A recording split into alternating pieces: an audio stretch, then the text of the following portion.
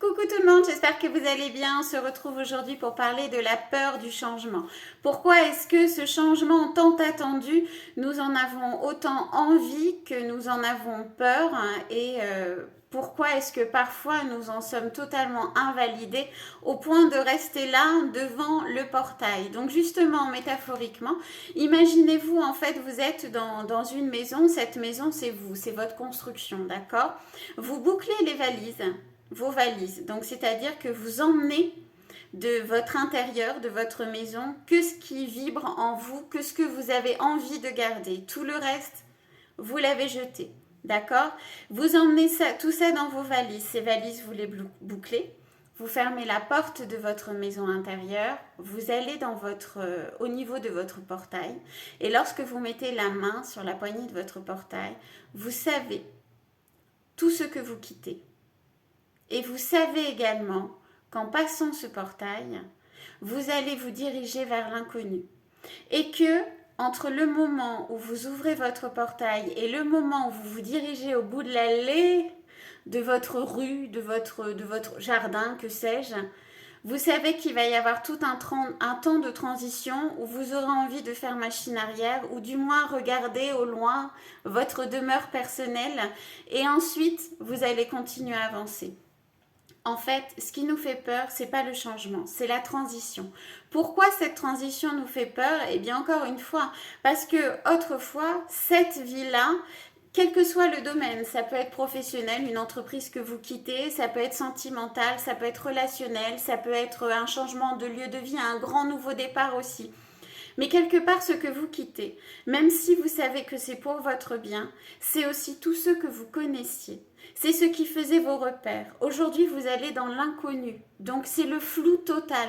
Même si au fond de vous, vous savez que vous faites bien, il y a quand même une envie de regarder un petit peu en arrière parce que c'est ce qu'on connaissait de mieux, parce que c'était nos repères, parce que là, on part dans l'inconnu. Donc, on n'a plus du tout de repères, on n'a plus du tout de sécurité, on n'a plus rien, on a sa valise de tout ce qui était important pour nous, on a sa valise à la main et puis on est dans cette allée là, on a passé le portail et on se dit cette transition là me fait peur et je suis confrontée bien évidemment à mes peurs les plus profondes puisque ce sont les dernières à travailler durant cette transition pour pouvoir aller jusqu'à l'épanouissement personnel.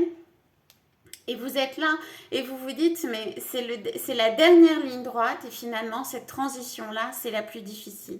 Pourquoi c'est la plus difficile? Eh bien parce qu'il faut vous dépouiller des dernières feuilles de l'arbre qui sont mortes et qu'il est temps en fait de devenir un arbre tout nu pour pouvoir repousser de manière très très belle, très très touffue, très très verte et puis de faire renaître un petit peu la vie à l'intérieur et à l'extérieur de vous. Cette transition-là, elle est très compliquée.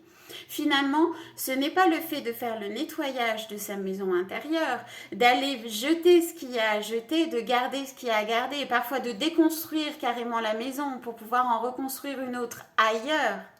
Quoi qu'il en soit, c'est le fait d'avoir sa petite valise de souvenirs, de choses qui ont des valeurs inestimables pour nous, de passer le portail, de se dire cette allée là c'est pas possible, elle est interminable, je vais jamais voir le bout, et de se dire pourtant moi je vois au bout cette magnifique lumière, j'ai envie d'y aller, mais qu'est-ce que j'ai peur parce que tout ce que je suis en train de vivre à nouveau, toutes ces émotions qui sont en train de rejaillir en moi en nouveau me fiche la trouille. Et pourquoi ça me fiche la trouille? Mais parce que ça nous confronte encore à toutes les peurs qui sont encore ancrées. Et il n'y a qu'en traversant cette transition-là que nous arrivons finalement à dépasser ces peurs et à arriver à l'épanouissement ultime. Pour moi, une fois qu'on a dépassé cette transition, qu'on est dans cette fameuse lumière, on est ensuite dans la période de sa vie de récompense. C'est comme ça que je le vois. Donc pourquoi est-ce que les changements nous font peur? Eh bien parce que c'est se diriger vers l'inconnu. Même si notre passé était quelque chose de nocif, même si notre passé nous faisait du mal, c'était la seule chose que nous connaissions, ça faisait partie de notre identité, c'était quand même un repère. On sait pertinemment que notre bonheur il est ailleurs et qu'on mérite mieux, mais parfois on aurait envie de faire machine arrière. Et justement, certaines personnes ont passé ce portail, ont avancé un petit peu dans l'allée de la transition et finalement font machine arrière parce que c'est encore trop d'émotions. C'est peut-être pas le moment simplement, il y en aura peut-être un autre ou il y en aura peut-être pas. Ce moment de transition, c'est le moment où vous allez faire le dépassement de soi ultime dont je vais vous parler dans une autre vidéo. C'est-à-dire que là, il va émerger ce que vous avez refoulé de plus profond en vous. C'est-à-dire que vous avez avancé en guerrier durant toute votre période d'introspection. Vous avez super bien avancé. Et il faut guérir ce qui reste à guérir. Il faut passer par cette période-là. On ne peut pas faire autrement pour pouvoir avoir notre deuxième étape de vie qui est pour moi la vie de récompense. Voilà. Je vous fais de gros bisous. J'espère vous avoir aidé. Je vous dis à très vite. Gros bisous.